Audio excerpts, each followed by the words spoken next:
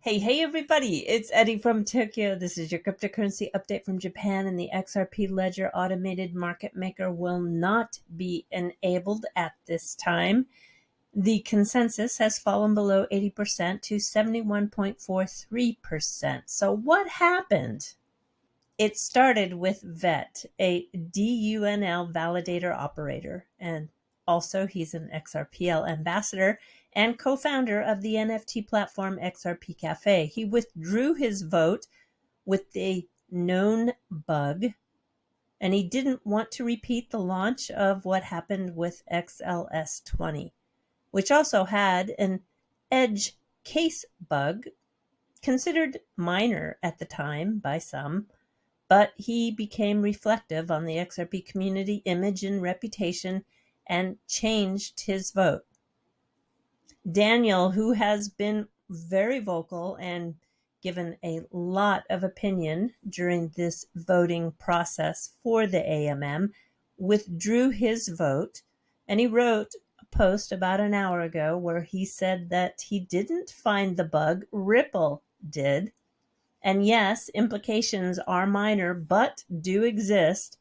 And he pulled the vote after it lost the threshold. He doesn't want to be blamed. And he said that we don't want to be fixing the vote like they did for the XLS 20D. Yeah, I know exactly what he's saying because the XLS 20D had that bug that had to be fixed really, really quick. And it, I think, was a bad experience. It felt rushed and it caused a lot of problems. So I completely understand why Daniel has been saying that this whole process really should take the time. And, well, no amendment should pass with known issues. That is what I believe. And that's also what Expector believes. Dirk expressed his belief that voting yes would be irresponsible. Robert Swartout is a firm believer that you don't launch a new feature with known bugs, but Ripple engineer Elliot Lee points out that Apple has thousands of open bugs in their bug tracker, and they continue to launch with unfixed bugs. Ripple's CTO David Schwartz stood by his belief that the bug was minor, and Jungle ran a poll, and you can see 44% thought it was necessary to delay the AMM on the XRPL. The people who felt that it wasn't necessary was 38.6%, and those who voted that Daniel is a CIA psyop, 16%. Funny stuff. So while most of the blockchain ecosystem is paying no attention to this drama in the XRP world, Janet Yellen talks about the platforms operating outside of regulation and compliance, and she wants Congress to enforce and pass regulations for digital assets and stablecoins. Have a look at this chart. This really tells you the picture of disruption that is happening. You've got stablecoin volumes comparable to the existing financial system. Just at the end of 2016, this blue line is your stablecoins, and it has surpassed the amount of volume in remittances. It has also surpassed PayPal. It has reached the amount of volume in Visa, just now going towards the ACH and Fedwire. And when we talk about volume, David weighed in again on adoption of RippleNet, and he says there's no blockchain that people are really using for payments. At least from his perspective, the XRP ledger was built for and is great at payments, but he doesn't think that anyone is satisfied with the current level of adoption. I'm going to play a very short clip from the Ripple partner, Neum. This is the founder, and it's very, very telling about the space. You won't believe how many payment solutions he can access.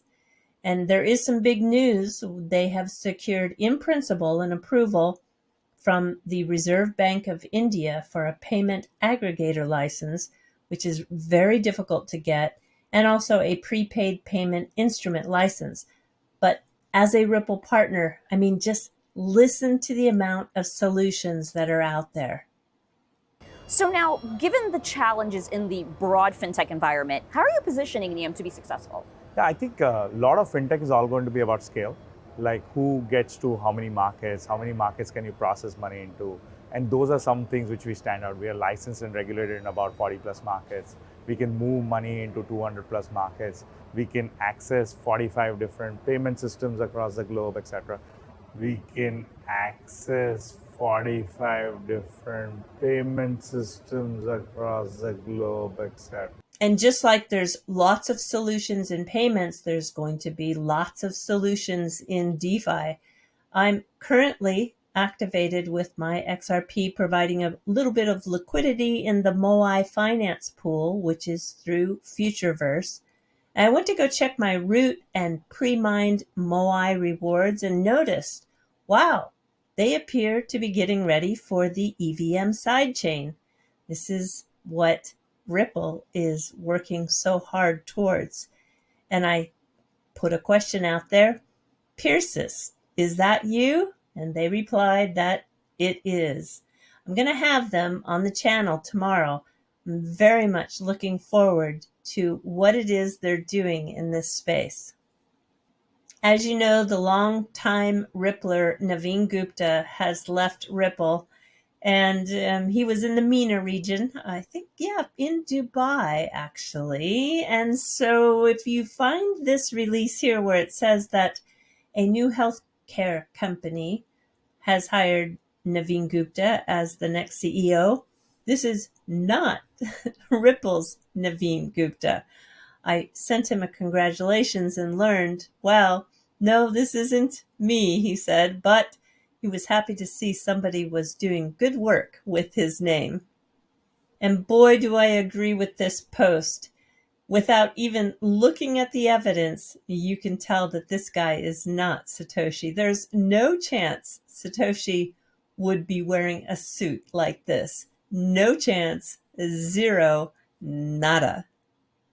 You want to catch the conversation that Steven Narioff had with Joe Lubin. It's quite interesting.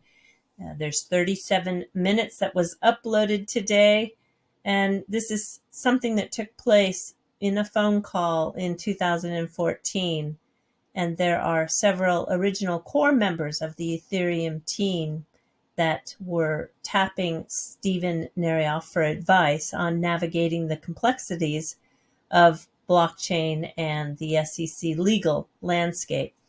This historical record shows you how instrumental Steven Narioff was at guiding the Ethereum project early on. We'll finish this video off with a little humor, but at the same time, this humor rings painfully true. All right, everybody, do take care. Sayonara for now. Bye-bye. Hey man, have you bought any Bitcoin yet? No, I'm not stupid. Bitcoin's like a giant pyramid scheme. It's like Amway for money. Doesn't make any sense based on my inability to comprehend new thoughts and ideas. Have you bought any yet? No way! Bitcoin's way too volatile. Yeah, case in point, did you know if you would have put $10,000 into Bitcoin back in 2010, that same $10,000 would now be worth $96,939,950. But that same $10,000 held in US currency since 2010 would now be worth $8,840 after adjusting for inflation. Right, that proves Bitcoin's volatile.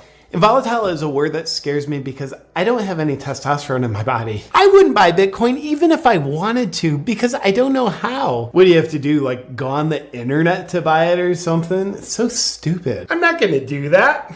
Nothing is worth doing if you have to learn how to do it. The price of Bitcoin might be going up exponentially, but that makes me insanely cautious about it for some reason. Well, yeah, that's not how money is supposed to work, right? Normal money is a store of value that continuously loses value.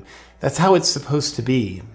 I love fiat currency. Storing your value in US currency is like holding ice that melts away in your hand.